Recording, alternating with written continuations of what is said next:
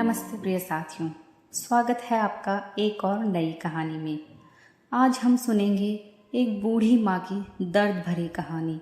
कहानी पसंद आए तो वीडियो को लाइक कीजिएगा और मेरे चैनल पर नए हों तो चैनल को प्लीज़ सब्सक्राइब कर लीजिए। 75 वर्ष की उम्र में सुलोचना देवी की याददाश्त काफ़ी कमज़ोर होती जा रही थी। उन्हें रोज़मर्रा की चीज़ें भी याद नहीं रहती थी, लेकिन जो उन्हें हमेशा याद रहता था वो था उनका बेटा। दिन हो या रात, एक पल भी ऐसा नहीं होता जब उन्हें अपने बेटे की याद नहीं आती हो। दूसरी तरफ बेटा था जो साल भर में एक आध बार माँ को फ़ोन कर लिया करता और 1-2 मिनट से ज़्यादा बात भी नहीं करता। फिर भी बूढ़ी माँ टकटकी लगाए अपने बेटे का इंतज़ार करती रहती। एक दिन बेटे का विदेश से फ़ोन आया। हेलो हेलो, सुन रही हो ना माँ? अनिल बोल रहा हूँ, तुम्हारा बेटा। कैसी हो माँ? मैं ठीक हूँ बेटा, तुम, बहू और मेरा पोता कैसा है? माँ ने पूछा। सब अच्छे हैं माँ, मैं अगले हफ्ते गांव आ रहा हूँ तुम्हें लेने। अब हम सब साथ में ही लंदन में रहेंगे। तुम्हारी बहू कह रही थी माँ यहाँ पर ले आओ, बेचारी अकेली वहाँ परेशान होती होगी, बेटे ने कहा। माँ की बूढ़ी सूखी आंखें आंसुओं से भीग गई। उसके कमज़ोर शरीर के नस नस में खुशी की लहर दौड़ गई। बेटे और बहू का अपने प्रति प्रेम देखकर माँ का मन खुशी से भर आया। बेटे ने आगे कहा, माँ तैयार रहना, मुझे ज़्यादा दिन की छुट्टियाँ नहीं हैं। जिससे जितने पैसे लेने हैं लेकर रख लेना, तब तक मैं प्रॉपर्टी डीलर से बात कर लेता हूँ घर के लिए। घर के लिए? माँ ने पूछा। हाँ माँ, गांव का घर हमें बेचना पड़ेगा। अब हम साथ में ही रहने वाले हैं, तो वहाँ पर घर रखने का कोई मतलब नहीं है माँ, बेटे ने कहा।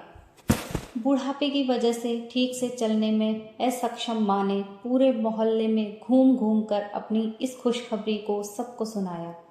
सभी को खुशी हुई। सबको लगा माँ जी के आखिरी दिन अपने परिवार के साथ खुशी खुशी बीत जाएंगे। घर वापस आकर माँ ने अपने घर के कोने कोने को ऐसे देखा जैसे वह अपने दूसरे बेटे को देख रही हो। देखे भी क्यों ना, उस घर को अपने बेटे से कम थोड़ी समझा था। अपने पति के साथ 40 साल यहीं तो बिताए थे, लेकिन अब मजबूर थी। बुढ़ापे के आखिरी साल बेटे और बहू के साथ बिताना चाहती थी। दिल पर पत्थर रखकर घर बेचने के लिए माँ तैयार हो गई।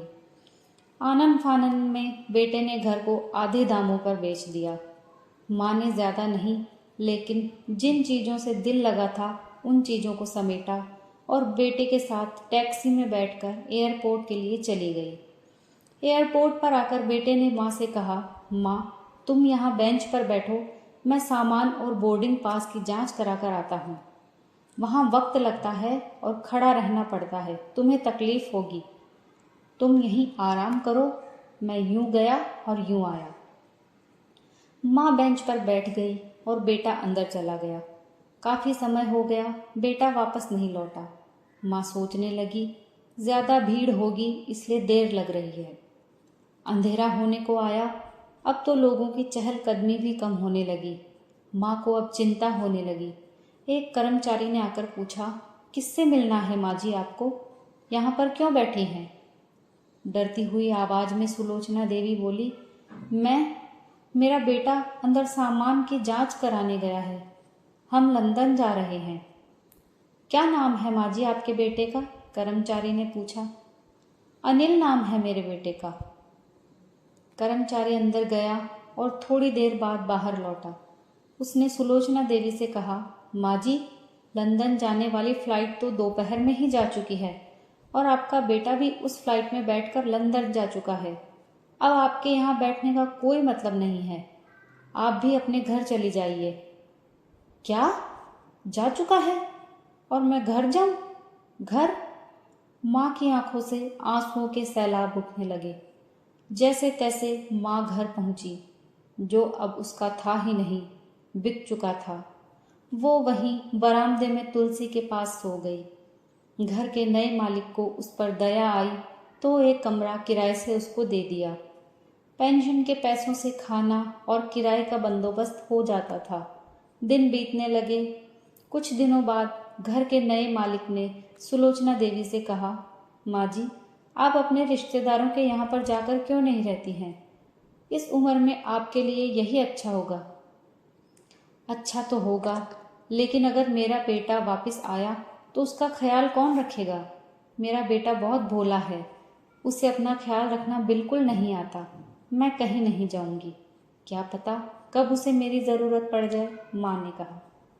दोस्तों, किसी ने सच ही कहा है कि पूत कपूत हो सकता है, लेकिन माता कभी कुमाता नहीं हो सकती। आप सबसे मेरी विनती है कि अपने माता पिता की जितनी हो सके हमें उतनी इज्जत करनी चाहिए। कैसी लगी आपको कहानी? कहानी पसंद आई हो तो एक लाइक ज़रूर करना और चैनल पर नए हो तो चैनल को सब्सक्राइब करना। कहानी सुनने के लिए बहुत बहुत धन्यवाद।